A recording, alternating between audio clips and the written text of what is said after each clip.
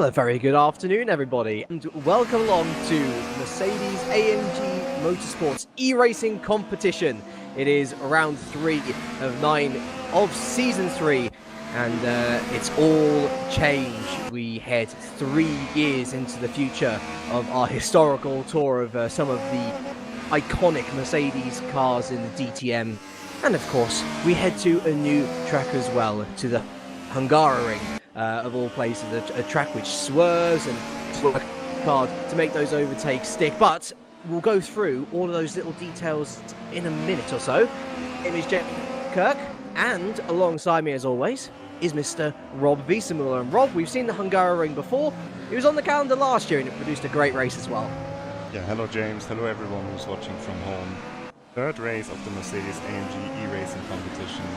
The virtual racing competition run on Race from Racing Experience. You can find the link in the description on YouTube if you want to join the competition, or alternatively on Facebook. You can go on the racing page. You can try to join as well, but here we've got the 18 fastest drivers who are fighting for the race win on the Hungaroring. And as you said, we already had this track on the calendar last year, and it was a great race, which was won by Jack Keithley.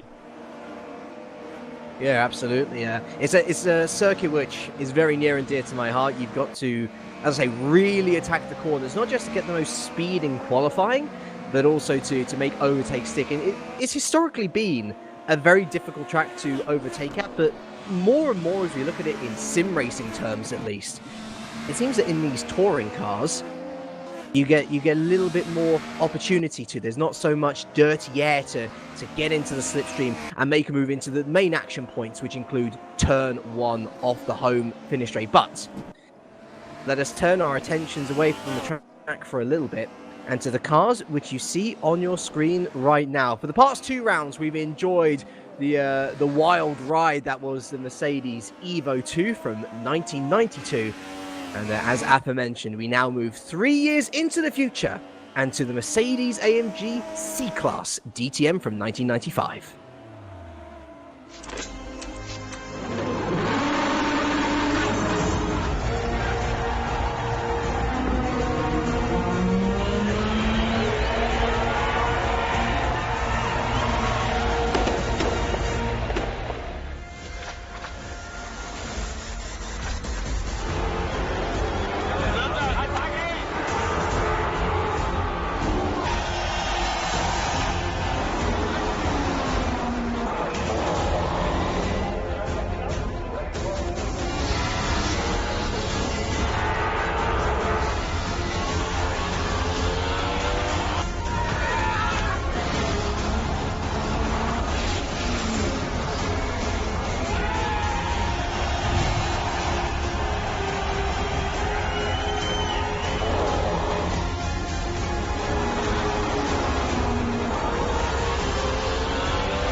Wo gehobelt wird, da fallen bekanntlich auch Späne.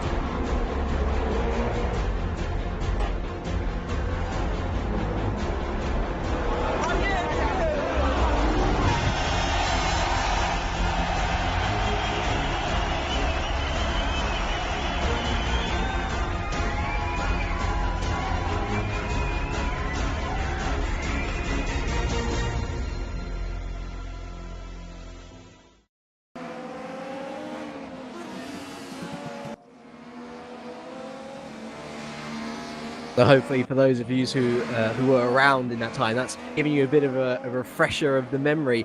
Rob, this car in comparison to the Evo 2, it's almost like a supercar in comparison to the Evo 2, whereas with that you're sliding around trying to, hold on to the thing as it tries to throw you off the road. This is... there's so much more power behind it, but it's so much more planted as well with all the aero. Yes, and I mean at the time this was certainly one of the most advanced racing cars there was. Because in 1995 this was one of the years where all the electronic devices were getting more and more important in racing, and this car had traction control, this car had ABS, but underneath it there was an absolute beast. And it was a time where the DTM also got extremely expensive, turned into the ITC in the following year, got a World Championship status, was an international championship, and the costs really exploded, and it didn't work out at the time. But what we are greeted with here instead is one of the most awesome cars, in my opinion, that was ever built. You just got to look at the race record there, isn't it? Over 70 races competed, over 30 of which the car has won. It's rather incredible to think that it's such a good track record in real life. And I'm fascinated to see actually how the sim racers are going to adapt to the challenge today here as well, because as I said before, it's a completely different style of car to the Evo 2, and it may very well end up suiting some of the drivers more than others. Perhaps it's time to take a little look at our field today. Yeah, so here you can see 18 drivers once again on the grid, and a lot of familiar names, a lot of guys that were already in the first two races, but also a few new faces here on the Mercedes AMG eRacing competition. Fastest driver in the pre-qualifying, that was not Andika Ramanolana, who's in the car with the number 2, but it was instead with the number 20 in the red car, Tim Heinemann, the reigning champion, who's doing his first race of the season. Yeah, other names to consider, also Yarshall, Alex Dornington, the EWTCC champion, the Zengaffinen brothers, featuring for the first time this year. They were mid-tier staples last year in Season 2. It's good to see them back as well. Kunzer, of course, our championship leader, of which we will go through the standings in a little bit, and Shaposhnik as well, who made 1 or 2 appearances early season last year. Of course, Heinemann, I think a lot to prove. Certainly the disgraced now 2 times champion after match fixing in a LAN event. Really, really poor form. But he's got a big task ahead of him coming into the season this late, Rob. Let's take a little look at the championship standings here. And Julian Kunzer, as I said, leading the way there on 40 points, ahead of today, or this year's surprise package, really. Andika Ramamalana taking his first, race win of the series. Actually, he's the first person from outside of Europe to win a race in the e-racing competition, which is wonderful stuff. Of course, you've got your regular contenders, Keithley, Rebenak in there, Tim Yarshall, another real young rising star looking to get into what is the top 5 for this year, to being with a chance to take part in that finale at the Hockenheim Ring. And of course the final at the Hockenheim Ring, that is the one thing that everyone's working for, because the 5 best drivers in this online championship here, they will qualify for the final event at the Hockenheim Ring. Happens at the same time as the DTM final, so it will happen in October, and then they will race against the 6 Mercedes AMG DTM drivers. And for the best 3 drivers, there's a Mercedes racing experience, so drive in a real high-end sports car from AMG, as a prize on the table. So that's pretty amazing. If you want to have a shot at the championship, you can join for free, of course, at Race Room. Like I mentioned before, all the links are in the description. And there are still a couple of rounds left, and we might actually have a look here at the calendar real quick before it gets serious. Currently, Yeah, so of course... Well, no, go on. Sorry, my apologies. currently You're at in a real flow. stage 3 at the Hungaroring here, and then the Norris Ring, one of the tracks that was actually raced in 1995. The next round, the qualifiers already open at the Norris Ring, and I think we've already seen around 2,000 drivers attempting to qualify for the next event. And then we move on. We've got the 2003 CLK coming up, 2005 C-Class, and well, almost the current car, the C63 from 2015, when Pascal Wehrlein in the championship. Yeah, so the stints that we get with these cars are short and sweet, but that's the whole point of taking a little trip through 30 years of Mercedes AMG DTM history, isn't it? We want a little taster from all these different cars, and it provides a different challenge for all of the drivers, of which we are now at the Hungaroring. I think these cars are actually going to really suit this circuit, being a bit more planted to the floor, being a little bit more powerful with turns which require the aerodynamics to be working at their optimum efficiency. Just going to take a little look round the Hungaroring now with Moritz Lerner, who's just coming up to turn 2 before we head into qualifying. And if you are new with us here for the first time this round, then it's worth saying that we have a 10-minute qualifying session first up after the practice session's finished here, followed up by a 20-minute race with no formation lap, no warming of the tyres. It's fast and furious in the MERC. So heading now through turn 4. It's a fast left-hander. You've got to clip the apex nicely there before we head through the long turn 5. You want to get on the power a little bit earlier than you really can there. And then it's on the power up to the difficult 6-7 chicane. Again, you want to get on the power earlier than you can there, and into one of my favourite sections of racing track in Europe. Turn 8 into turn 9, swinging onto the power before you're slightly off again into turn 10, and then slightly off again into turn 11. It's a real patience track. This one, Lerner does not have enough patience for on this particular lap. He goes into the wall before the final sector, which is of course the 90-degree right-hander of 12, and then the long left-hander of 13 before the long right-hander of 14. As I say, a patience track, Rob. You really need to be on your A game to nail these apexes and extract the maximum amount of time out of these difficult corners. Yeah, now we have Karen Sigi-Rebanak here. We managed to pick him up roughly at the same stage where Lerner just crashed his car. And that's one of the advantages of the e-racing competition. Of course, when you crash your car, you can just get a new one. Not quite as expensive as if you crash a real Mercedes AMG DTM car. Final corner here, very difficult. Most drivers take narrow entry line, just a little bit wider to the outside than Sigi just did, and then accelerating out. You can see the counter steering, and what I heard from a lot of drivers is that these cars do have traction control, but a lot of drivers do not want to use traction control setting in the race because they think they can actually do it a little bit quicker than the traction control with their own feet. Of course, the traction control it does what it says on the tin. It helps, control your pace out of corner. It helps make sure that the grip is there so you can get on the accelerator quicker. But it does have those drawbacks. I can totally understand why a lot of these drivers are turning it off, and it wouldn't surprise anyone, I don't think, that none of the drivers that qualified used traction control on their fastest lap. It's as simple as that. It's that, it's that little bit extra, which if you can learn to overcome it, then you're going to be able to get the best amount of time. So when I actually tried it myself in the hot lap qualifier, and I managed to do my best time with the traction control set on 10%. So it's certainly different. Oh, really? Different types of strategies. Also with the setup here, of course, you can change the setup, and the wing is also quite interesting here. It's generally a track where you can run a little bit higher wing compared to other tracks as we move into the qualifying session. So 10 minutes on the clock to set a fastest lap. And of course, as Rob has already mentioned, there's no need to return to the pits or anything.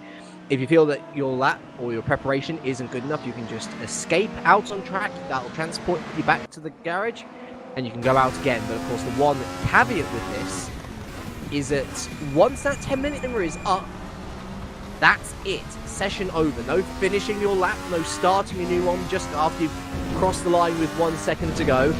10 minutes is your lot, and so the drivers really have to take advantage of the short session time as we head through turn 4 now. It's going to be fascinating to see, Rob, who comes out on top here. We've had two different pole sitters at the first two races. Of course, Kuntzer taking pole position at the Hockenheimring, and Jack Keithley, the man who has taken the most pole positions in the history of the e-racing competition, taking pole position at the Lausitzring, of course, not converting it into a win though. So we already know from this season, pole isn't everything, but it's obviously a very nice starting place on the grid. Yeah, and it's going to be interesting who's going to be on the pole position here, because Jack Keithley, I would say he's one of the favorites, especially on the Hungaroring, to take the pole position. But it's a brand new car, so we've got almost no reference data that we can look at. Only the qualifier, the leaderboard qualifier, and Tim Heinemann was the fastest guy in the leaderboard qualifier, and I think he was also the fastest guy in the practice session, because he's currently showing up at the first position Here you can see at the bottom of your screen. So Yeah. maybe he returns to the championship in an impressive fashion. Well, let's look at the stats, shall we? He's a two-time champion of the e-racing competition. Given season 1 was one event, but the guy clearly has pace. I think what has been developed over the past year, and especially in the past couple of months, though, is a real distaste of the man inside his cockpit. There's no denying he is a talented boy with a lot of pace. But, you know, there's just things that he does which puts him in a very, very bad light. No less than, of course, the match-fixing incident that happened at the EWTCR launch event just last month. It would not surprise me to see drivers, even if they're starting behind him, getting elbows out from the beginning, just because they don't want him to win. But of course, Tim Heinemann, if he's fast enough, he doesn't need to battle anyone to win, doesn't he? A purple first sector, looking very good for the German so far. Yeah, he's certainly one of the guys who's, living on the edge. He's not making a lot of friends in the paddock with the style that he's driving, and also some of the other actual English championships. But it also has to be mentioned, he's the two-time winner of this competition, and this talent is undoubted. He gets led through by, I think that was Jarschel, in the black car there, the car that was used by Jörg van Ommen in the DTM season 1995, and now he heads into the final sector. Looked like a pretty decent lap. See a lot of oversteer here, but that's kind of his driving style. Once again, gets the rear out, turn the car, driving it a lot on the throttle and, by sliding a little bit.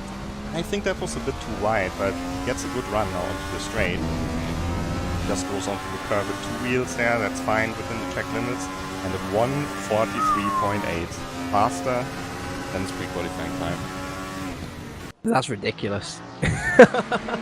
We were looking at 44s, maybe low 44s for provisional pole, but that is some benchmark from Heinemann and Alexander Dorniden, who of course makes his first appearance in the Mercedes e-racing competition for, oh goodness, I want to say just about a year now at this point. He was in P3 just before being usurped by Kevin Siegen-Rebenak, and what do you know, Jack Keithy's there in fourth as well. All the usual contenders, Rob, appearing at the top. We may not have a reference point for this car in particular, but there is certainly no doubting that when a guy is fast, he'll probably be faster than anything. Well, Joe Cortese, for example, he's in 5th position. And what you might notice is that there's only 11 times in, but we have 18 drivers on the server.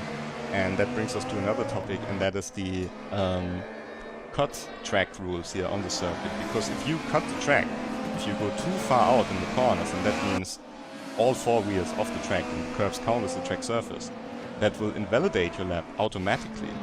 So, see Kunze, and I just skipped to the other drivers here to find someone who's on the lap, and they all seem to pick up this, these cut track warnings here. And in the qualifying session, you will delete your lap time automatically, and in the race, if you do it too aggressively, you will get a slowdown penalty. So that means your car, it will not happen immediately, but your car will not accelerate after you go for the first time on the brakes. The next time you accelerate, it won't do this 100% in order to provide a fair competition for all the drivers. And it wasn't really a factor on any of the other tracks so far, but here on the Hungaroring, where you have almost exclusively tarmac runoff areas, it will be a big factor. Well, like I say, this is a patience track, Rob, and these drivers are competitive. They will run out of patience quicker than you will ever believe, audience. They will want to push as much out of the car as possible, and sometimes it goes over the edge.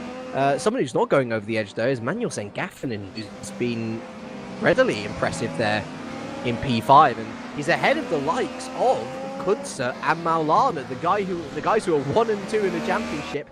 They're only P7 and P9 at the moment, with is that just under 4 minutes to go already? Yeah, and look at the gap from Heinemann to Rebenak. It's crazy. It's over half a second, and we've not ever seen such a big gap in the e-racing competition, not even close. That is, I'm shocked by how quickly this qualifying session has gone. I'm shocked by how big, that gap remains. It's very impressive from Tim Heinemann, and time running out now for these guys to even set a lap at this point. Even if you get a slow down penalty, Rob, is it worth just taking the hit and getting yourself a position on the grid, perhaps?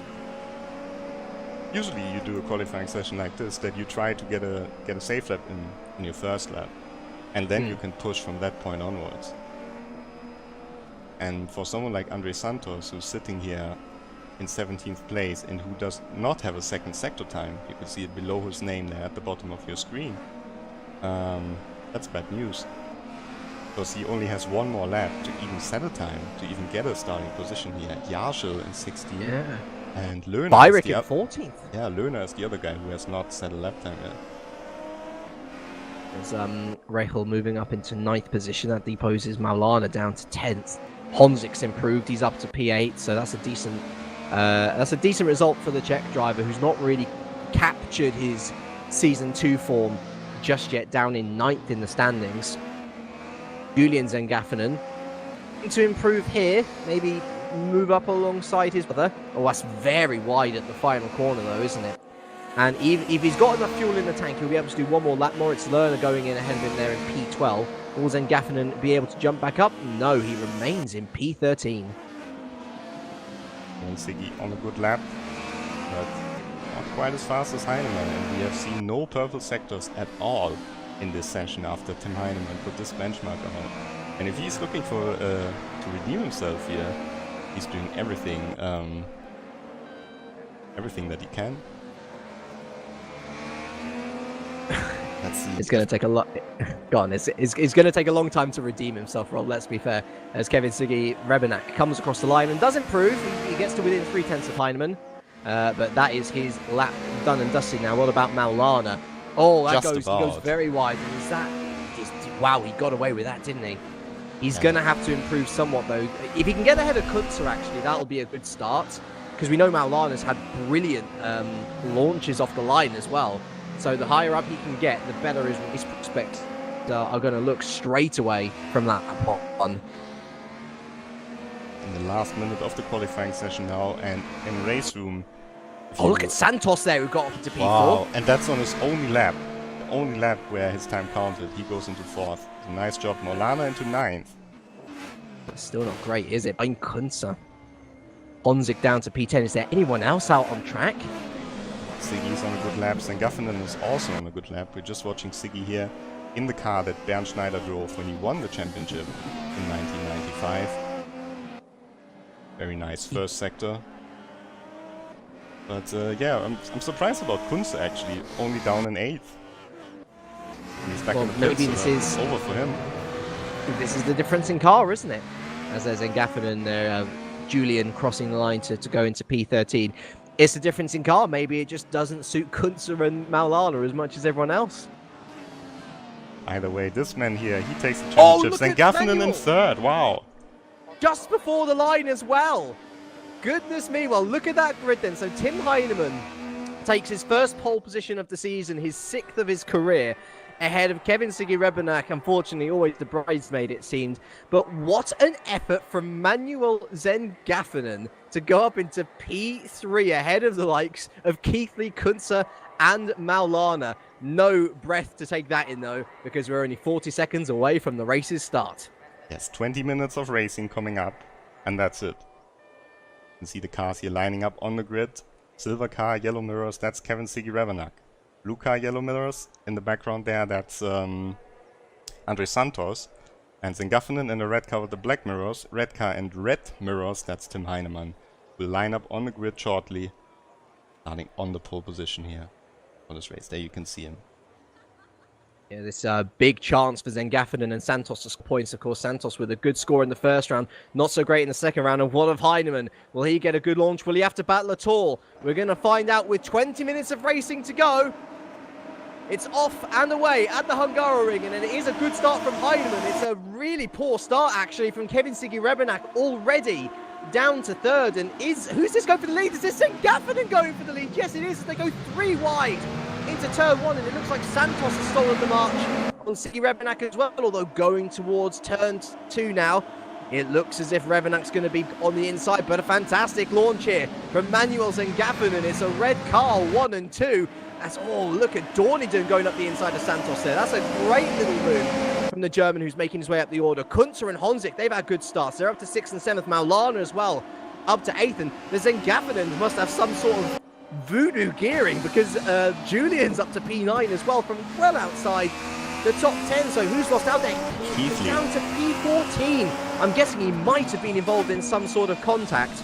I think he was spotted by one of the blue cars there, but we couldn't quite see it. It was just at the edge of the screen, and then Gaffinen makes a mistake.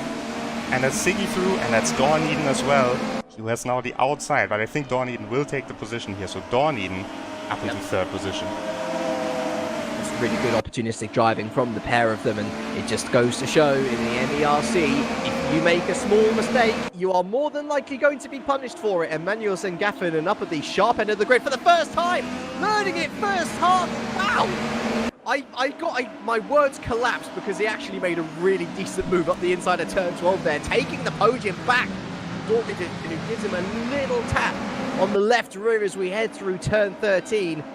And into turn 14 now we go. The final corner, Dorniden goes wide. Is that going to allow Santos through? Not for now. At the end of lap 1 though, 18 minutes of racing left. It's Heinemann who leads from Revenak, Manuels and Gaffinen. Dorniden, Santos, Kunze, Honzik, Maulana, Julians and Gaffinen, and Lerner rounding out the top 10. In the background, that's Honzik. Oh, then Gaffinen runs wide. That's Dorniden through, and I think it might be Santos through. Not quite. Making too many mistakes to take a podium today, isn't he? Although he remains on the outside here, getting also close. But is this going to allow Santos through now around the outside of turn 3? No, actually Santos gets onto the grass a little bit. Manuel's let off yet again. The Euronics gaming drivers here very close to each other. Santos ahead of his teammate Kunze, who's leading the championship. I think Gaffinen had a great start, but he's certainly struggling a little bit here in the opening laps. Reminds me a little bit of Xanatos from last time out at the Lausitz ring. It's a guy we're not used to seeing up the sharp end of things, who might end up making a couple of mistakes just because he's a little nervous perhaps, or maybe the setup's not as good as it should be. As, his brother Julian there with a really opportunistic move on Andika Rama Maulana, the Indonesian, down in P9 for the moment, or sorry, P8 for the moment, I should say. These guys are feisty, mind. They're fighting for their positions. Certainly they do. And not the race that Maulana hoped for there. In the background, Weyrich and I think that's Lerner side by side. Lerner just about stays ahead, goes sideways here into the penultimate corner, and Lucas Buron, he wants his first point of the season in the blue-green car in the background, lurking there. It's probably worth saying as well for those who for those of you who've not joined us in the Mercedes AMG racing competition so far this season, first of all, welcome. In terms of the race and the point structure, it's a standard affair. The top 10 scoring points, 25 for first down. Oh, 3 wide! And that's a ridiculously great dive from Lucas Buron. He took everyone by surprise, and he's gained 2 positions out of it, unless, of course, Weirich's able to stay ahead. He tries, but wow! That was a move and a half from Lucas Buron, who... and we lost Weyrich. P10. I think Weyrich made another mistake there. Probably got a little bit sideways, and that was a tough scene. Lerner was just slammed out of the way there by Weyrich. I'm not sure if Weyrich was hit by Buron first or if he went into Lerner on his own. Buron put his body as the door was closing, wasn't he? Which I don't think is fair, as Gaffinen's back ahead of Dorniden. Oh, and Dorniden's dropping back. What happened to Dorniden? There he is. Oh, slow down penalty. It must be. He's right now in the middle of this midfield battle here. Wow. So he's dropped from 3rd to 11th. And that's what happens if you just push a little bit too hard. Lerner, they're going to the outside. In the background, Cortesi, I think, also trying to find a position here. Oh, and Dorniden will be so disappointed with that. He's on for a very good point score in his first round since last year. He may yet recover. Of course, there's just under 15 minutes of this race left. But for Manuels and Gaffin, it's almost like the racing gods are gifting a podium to him. It's like, oh, you've fallen out. No, let's give it back to you. He's got to take the gifts that he's being given here and running with it. As Jack Heatley, he's not really running with it at the moment, is he? The man who's currently third in the championship, scrapping away for P14, and he's up into P13 now, past Tim Yarshall, keep in mind, who's also in that battle. As further up the order, look at Matt Lana looking to move his long way past Jaroslav Honzik. On Honzik's around. He's able to do that as Honzik's round. And oh, he hits the wall hard. And is that going to be him out the top 10 now as well? Indeed it is. And just like that, these small mistakes, Rob, they're costing people massively today. I think he got a little help there coming out of the corner. But it doesn't get easier to drive this car on the edge. In the background, there's Yarshall, and he got tapped as well by Cortese. So the racing a lot more rough than we saw in the first two races here, and also the car's a lot more slidey at this stage of the race. I think it's kind of bookmarked by the fact that we actually have our first retirement of the day in Daniel Sharanku. It looked like he retired on the first lap, perhaps, which is a shame, as Sigi Rebinak's taken the lead. Wow. And I wonder whether Tim Heinemann has just picked up a time penalty as well, because he was a few seconds out in front as Santos is in to third, and he's gotten past Gaffin, and it's all changed. In the podium position, Santos manoeuvres his way past Manuel Zengaffinen, but for Heinemann, either a mistake or a time penalty. It's allowed Kevin Sigi Rebenak, a man who's never won before in the MERC, to take the lead of the Hungaroring. That's crazy, because Heinemann had such a big gap. It was how long? 4 or 5 seconds, wasn't it? I think I last saw it at. Yeah, it was a huge gap. Now there's a mistake from Weirich. He loses the position to Dorney, moves back up into 9th. As I said, he's got time to work his way back through the order. Speaking of which, it's worth keeping an eye on P5, Rob, because Julian Kunze is up into P5, up into that position now, which would be a good recovery drive line. But what Andre Santos here now? Santos, he had a really poor round last time out at the Lausitz ring, and he seemed back on form in Hockenheim. And I say back on form because, of course, Santos is one of the first people in the AMG eRacing competition to take a podium in that one race that comprised of Season 1. Sorry to interrupt you, but look how wild these cars are. And I think some of the drivers must have made a mistake by putting their hot lap setups on here for the race. Because these cars are sliding around like crazy. Well, especially Kunze. We don't know this from Kunze, that he's so wild with this car. Usually he's one of the more conservative drivers. Is that the true effect having... Well, you don't have to race without traction control, evidently, but these people, these drivers feel it necessary to turn it off to get the most pace. And it's clearly showing, because they're throwing these cars around almost as wildly as the Evo 2s 2 weeks ago. I mean, if Heinemann comes around and just puts a 43 into the tarmac, you might feel a little bit threatened, and you might want to repeat the same time. And that's when you put on the extreme setup. Heading down into turn 1 then with these guys. As I was saying previously, Santos, he took that podium in the only race of Season 1. He has not taken a podium since. I'm sure he would be over the moon if he was to take one here in Season 3. Don't count out the battle for this lead just yet. We saw how fast Heinemann was. And I genuinely think Kevin Sigi Rebenak is taking it safely, because you see how much Heinemann has caught up already. I said that we might not see him battle today, Rob. It looks like I think he's going to have a slowdown penalty here as well, because he just lost a second. That was... Yeah. When he's going very wide over the curb as well. And that really puts Heinemann back into it. Fascinating, isn't it? We might have to see Heinemann battle in the end, as Weirich there makes his way past Lucas Baron, who, again, he's looking for his first point of the season. And Keithley moves his way past Lerner as well, you'll notice, into P11. So Keithley just on the edge of the points, and the British driver, he's having a really checkered campaign this time around, Rob, isn't he? Taken out, not by his own accord, of course, at the Hockenheim ring. Back on form at the Lausitz ring, but unable to take that win. And now all the way down in P11. Again, it seems by no... Buron and Bayerich there in the foreground. Buron's looking racy. That's the most racy we've seen. Wow, nice move. Nice move. That is taking the opportunity when it presents itself, as Honzik falls further down the order. And Honzik's had a nightmare race, down to P17 now. And Chiranko already out. Cortesi losing the position to Jaschel. Then Heinemann in the lead in the first corner. Yeah, that would have been a move down into turn 1, and that was going to be honest. He's got that much pace advantage. And look at Kevin Rebenak, who's going to try and push his way down the inside. And that is exactly what I meant. People are not going to give Heinemann the time of day anymore. It doesn't matter. Heinemann is ahead now. He's just got to try and stay on the black stuff this time. And I'm not sure how hard Kevin Rebenak will really fight this. We'll run out of the top 10 meanwhile. Not sure where to look in this race. We're just going to take a look back here. He's up to P9 now. Yeah, Dorn even 8th again. And Buron side by side with Lerner here. Oh, contact! Oh!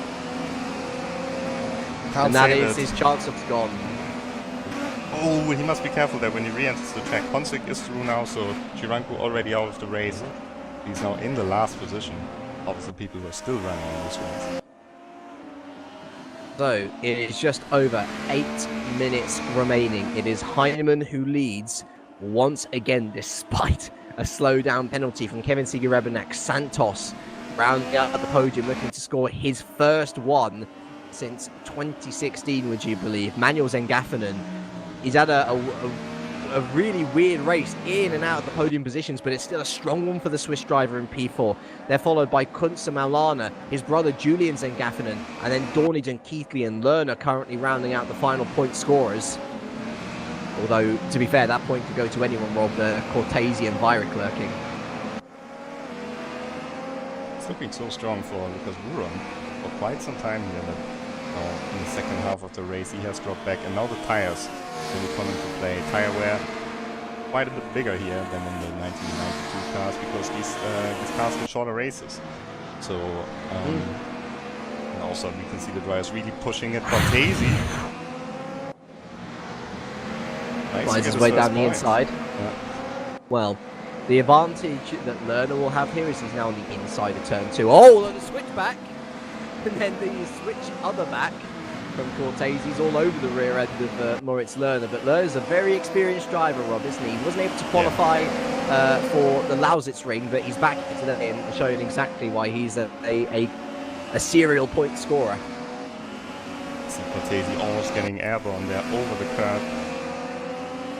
Still pushing very hard. The rear stepping out once again, especially with the black car in the background. That's Jaschel, who's been a little bit all over the place in this race. Not his usual form. Well, we were saying before the broadcast started, we were looking at the championship standings, and we were saying, okay, it's probably down to the top 6 at this point, from Kunze down to Maulana, Keithley, Rebenak, and then Jaschel and Bayerich. Both of those last two aren't even scoring points today. Santos in the podium position. Yeah, Heinemann, of course, scoring a win. And Zengaffinen, yeah. So all of a sudden, those 3 drivers have put themselves right back into contention for the top 5. Absolutely, and of course Tim Heinemann, we kind of knew that we can't count him out, because he has won this championship 2 times in a row. Yeah. But with Santos and Zengaffinen, that's a little bit of a surprise, especially because Andre Santos mentioned to me for the race that he's struggling a little bit with this car. He feels much more confident in the modern DTM cars with more downforce. That's not showing in the race here. He's doing a great job. No. And if he's doing this well in these older cars, it suggests from his words that he's going to get better as the championship continues. Also, this livery that he's racing in, that's my absolute favorite DTM livery. It's the engine there, it's painted onto the engine cover. And nice. Bayerich drops one further position back behind Jaschel, and Jaschel takes him back. They must be very close together. Yes. Bayerich playing with the track limits there. These guys, they kind of have to stick it out now, see whether anybody falls outside of the top 10, which is still entirely possible. You know, there still could be a crash to be had with 5 or just under 5 minutes left now of this race to go. We're probably looking at 3-4 more laps, including the end of this one, as Yarshall looks to get onto a mistake from Weirich, but is unable to. They might get into the points. Who knows what will happen ahead of them. Seen enough action in this race already. Once again, Weirich. Weirich is really loose at the moment. He cuts off Yarshall there very late. Yarshall will just go around the outside, I think. Yeah. See who comes out ahead. It's Yarshall in the black car. That was a weird jump from Honzik. Must have skipped the timing beam or something. He's back down to 16. Which is a shame. As I say, still unable to capture that Season 2 form, which saw him up into the top 6. As Julian Kunze, well, he's had a quiet race, slowly picking off championship that was ahead of him.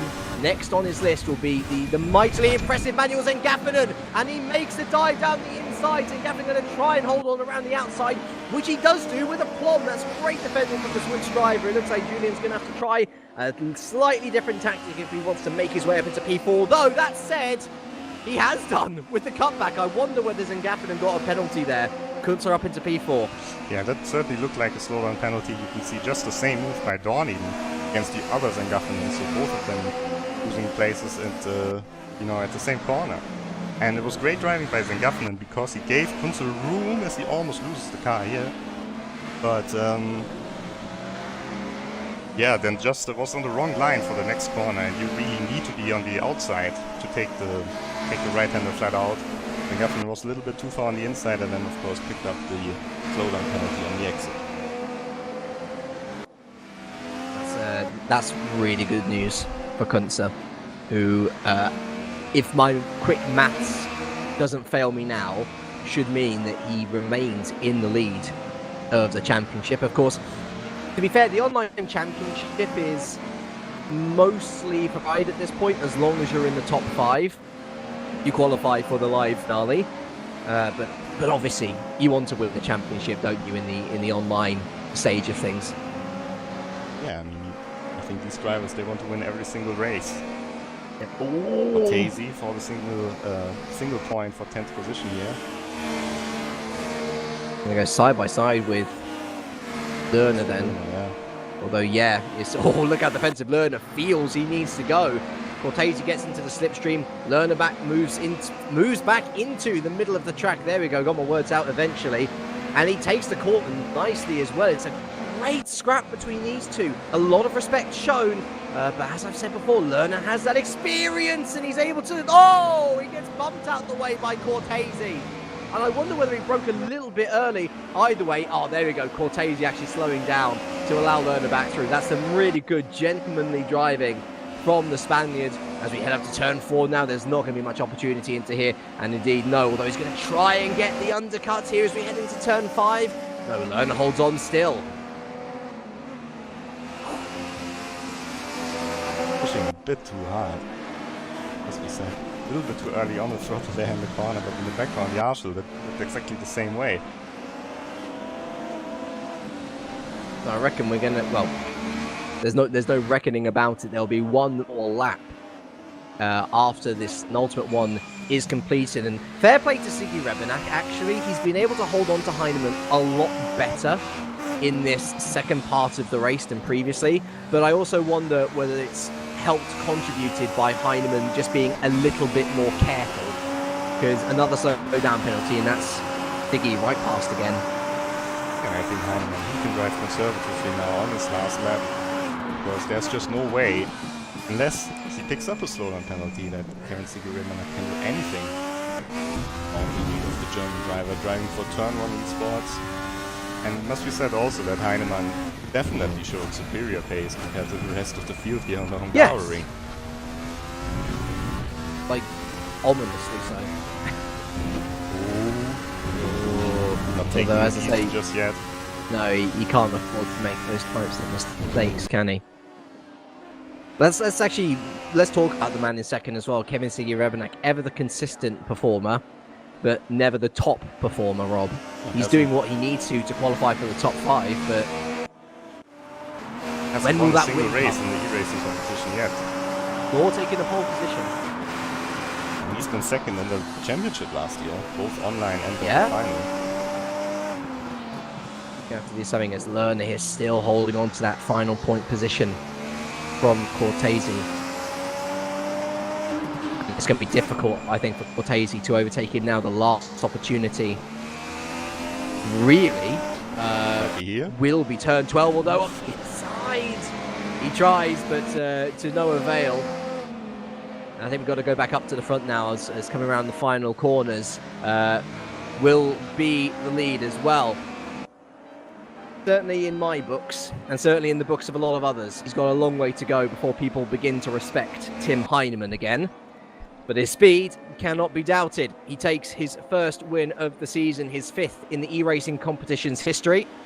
And he's followed home by Kevin Siggy-Rebenak, who picks up yet another podium, his 6th in the e-racing competition, his 2nd of the season. And one of Andres Santos, he comes home in 3rd. He picks up his first podium since 2016. What sweet relief for the German. Julian Kunze holds on to 4th position to maintain the lead of the championship.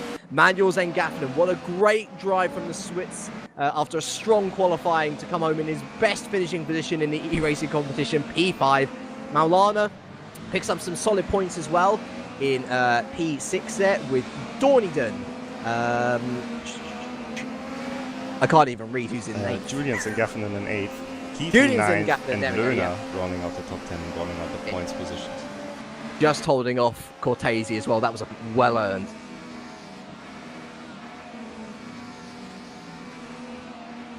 Yeah, and quite an interesting race. Quite an interesting race for the first time in 1995 cars here at the Hungaroring.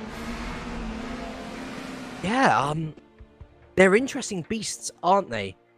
They're clearly, especially with the traction control off, just as difficult to handle. But I guess the biggest takeaway is that we've seen a lot more slowdown penalties, and they've affected the race a lot more. So clearly these guys are wanting to push harder in the cars, but they're simply not able to, at least not at the Hungaroring.